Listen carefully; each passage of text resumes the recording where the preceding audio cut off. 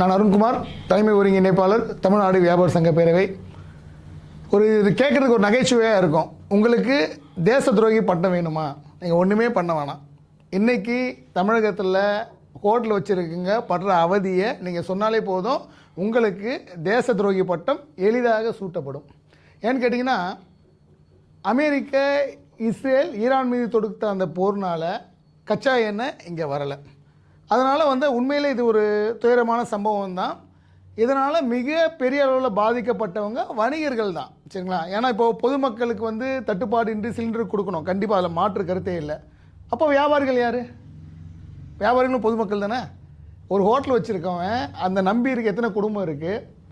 அப்போது அவனுக்கு சிலிண்டர் கிடைக்கலன்னா அவன் என்ன பண்ணுவான்? இன்றைக்கி 100க்கு 50% ஹோட்டல்கள் மூடப்பட்டன, அது உண்மை. அவர்களுக்கு சிலிண்டர் கிடைக்கல, அது உண்மை. 2000 ரூபாய் விற்ற சிலிண்டர் 5000 ரூபாயிலேருந்து 7000 ரூபாய் விற்கிறாங்க, அது உண்மை. மிகப்பெரிய உணவங்கள்லாம் தப்பிச்சிட்டாங்க. இப்போ இந்த சங்கீதா ஹோட்டல், அடையார், ஆனந்தபுரம், அந்த மாதிரி மிகப்பெரிய ஹோட்டல்கள் 100 ரூபாய் விற்கிற தோசை 200 ரூபாய் விற்கிறான். ஏன்னா அங்கே சாப்பிட்றோம், அதை கேள்வி கேட்க மாட்டான். ஆனால் நடுத்தர ஹோட்டல்களோட நிலைமை என்ன? எத்தனை ஹோட்டல்கள் இங்கே மூடப்பட்டிருக்கு? இதுக்கு காரணம் என்ன? சிலிண்டர் கிடைக்கல. இதை சொல்லி நம்ம ஒரு ஆர்ப்பாட்டம் பண்ணால் இவன் தேச துரோகி என்கின்ற ஒரு பட்டம் சூட்டப்படுகிறது. வீடுகள்லையாவது இண்டக்ஷன் ஸ்டவ் வச்சு பண்ணலான்னு சொல்கிற ஒரு ஆப்ஷன் ஒன்று இருக்குது. சென்னை போன்ற பெருநகரத்தில் விறகு வைத்து வச்சு சமைக்கிறதுக்கு எத்தனை ஹோட்டலில் பாசிபிள்? எத்தனை பேக்கரியில் பாசிபிள்? எத்தனை ஸ்வீட் ஸ்டாலில் பாசிபிள்? அப்போது சிலிண்டர் இல்லாமல் அவர்கள் எப்படி அவருடைய உணவுகளை நடத்துவாங்க? எல்லாம் நான் சொல்கிறது பிலோ மிடில் கிளாஸ் சொல்கிறேன். பெரிய பணக்காரர்கள், பெரிய ஸ்டார் ஹோட்டல்கள், நட்சத்திர ஹோட்டல்கள் உணவு விலையை மிக பிரம்மாண்டமாக வச்சுருப்பான். அவன் 10,000 ரூபா கொடுத்து கூட சிலிண்டர் வாங்குவான். ஆனால் ஒரு சாதாரண ஒரு மிடில் கிளாஸ் ஹோட்டல் நடத்துகிறவங்க எப்படி நடத்துவாங்க? அதை நம்பி இருக்கிற பொதுமக்கள், அதையே நம்பி அந்த 3 வேளை சாப்பிட்டுட்டு இருக்க வெளிநாட்டிலேருந்து புலம்பெயர்ந்து இங்கே வேலை செய்கிற வேலையாட்கள், பேச்சுலர் பசங்க, படிக்கிறவங்க, மருத்துவ படிக்கிறவங்க, இன்ஜினியரிங் படிக்கிறவங்க, வெளி மாநிலத்தில் வந்தவங்கலாம் எப்படி சாப்பிடுவாங்க? அப்போ அவங்க எப்படி ஹோட்டல் நடத்துவாங்க? அந்த உண்மையை சொன்னால் நம்மை தேச துரோகி என்கிறார்கள். அதனால் இந்த தேச துரோக பட்டத்தை எங்களுக்கு சூட்டுறதை விட்டுட்டு சிலிண்டர் எப்படி கொடுக்குறதுன்னு பாருங்கள், சரிங்களா? மக்களுக்கு கொடுக்குறதில்ல, கொஞ்சம் ப்ரிஃபரன்ஸ் பண்ணி எங்களுக்கும் கொடுங்க, சரிங்களா?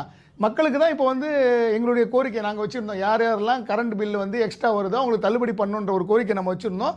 அதை ஏற்றுக்கொண்டு அந்த யூனிட்டுக்கு 2 ரூபா தள்ளுபடின்றதை முதல்வர் அவர்கள் அறிவிச்சாங்க. அதே போல் சிலிண்டரும் கொஞ்சம் முன்னுரிமை கொடுத்து கடைகளுக்கு கொடுங்க.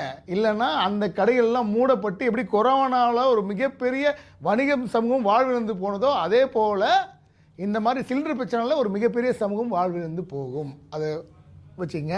அதே போல் இந்த விஷயத்துக்கு மிக முக்கியமான காரணமே நம்ம தான் சொல்லுவேன்.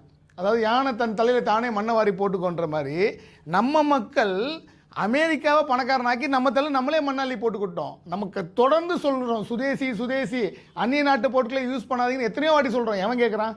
இன்றைக்கி அமெரிக்காவோட பைத்தியக்கார மூளை கெட்ட அதிபர் ட்ரம்ப் உலகத்திலே நான் தான் பெரிய என்ன, நான் சொல்கிறதான் எல்லாம் கேட்கணும். ஈரான் நாட்டுக்கு படையெடுத்து அவனுக்கு ஈரானுக்கு என்ன இருக்குது? அவன் அந்த பணத்திமுறையில் ஆடுறதுக்கான அவசியம் இருக்குது. பொருளாதாரம் ஸ்ட்ராங்காக இருக்குது. எப்படி பொருளாதாரம் ஸ்ட்ராங்காக இருக்குது? ஓகேங்களா? அமேசான் போன்ற மிகப்பெரு நிறுவனங்கள், எலான் மஸ்க் போன்ற மிகப்பெரிய தொழிலதிபர் அமெரிக்காவில் இருக்கிறான். அத்தனையும் உலக வணிகத்தை அவன் கட்டுப்பாட்டில் வச்சுருக்கான். அமேசானில் பொருளை வாங்காதீங்கடா, பெப்சி கோகோ கோலா குடிக்காதீங்கடா, நம்ம ஊர் குளிப்பானத்தை குடிக்கணும் நாங்கள் படித்து சொல்கிறோம். நீ குடிக்கிற ஒரு பெப்சியும் ஒரு கோகோ கோலா லாப பணம் எங்கே போகுது? அமெரிக்காவுக்கு தானே போகுது. இந்தியாவில் 150 கோடி பேர் இருப்பான். எவ்வளோ பெரிய வணிக சந்தை. ஒரு நாளைக்கு எத்தனை லட்சம் கோடி நீங்கள் அமெரிக்கா கொடுக்குறீங்க அமேசான் மூலமாக? ஓகேவா? தயவு செய்து அதற்காக தான் நாங்கள் சுதேசி சுதேசின்னு சொல்லிட்டு இருக்கோம். நாங்கள் ஒன்றும் பைத்தியார்த்தனமாக சுதேசி சுதேசின்னு சொல்ல. இன்னும் 1 மாதம் போர் நீடித்தால் நீங்கள் என்ன பண்ணுவீங்க? அமெரிக்காக்காரன் அவன் நாட்டு மக்களுக்கு 2 வருஷத்துக்கு தேவையான எரிபொருளை அவன் ஸ்டாக் வச்சுருக்கான். அவன் மக்களை அவன் பார்த்துக்கிறான். ஆனால் நாம் ஒரு மாதம் கூட நம்மளால் தாக்கு பிடிக்க முடியல. அதனால் சுயசார்பு பொருளாதாரம், சுயசார்பு, நம்மளோட விஷயங்களை நாமே செய்து கொள்வது, நம்முடைய தயாரிப்பில் நம்ம கடையில் வாங்குங்கன்னு சொல்லிட்டு பேரவை தொடர்ந்து குரல் கொடுத்துட்டே இருக்குது. இதை நீங்கள் என்னைக்கு ஏற்றுக்கொள்கிறீங்களோ அன்னைக்கு தான் நமக்கு வீடியோ. இல்லைன்னா இந்த நாட்டில் இருக்க ஒருத்தனும் எனக்கு இது கிடைக்கல நீ குரல் கொடுத்தா உனக்கு தேச துரோகின்ற ஒரு பட்டத்தை கொடுப்பான்.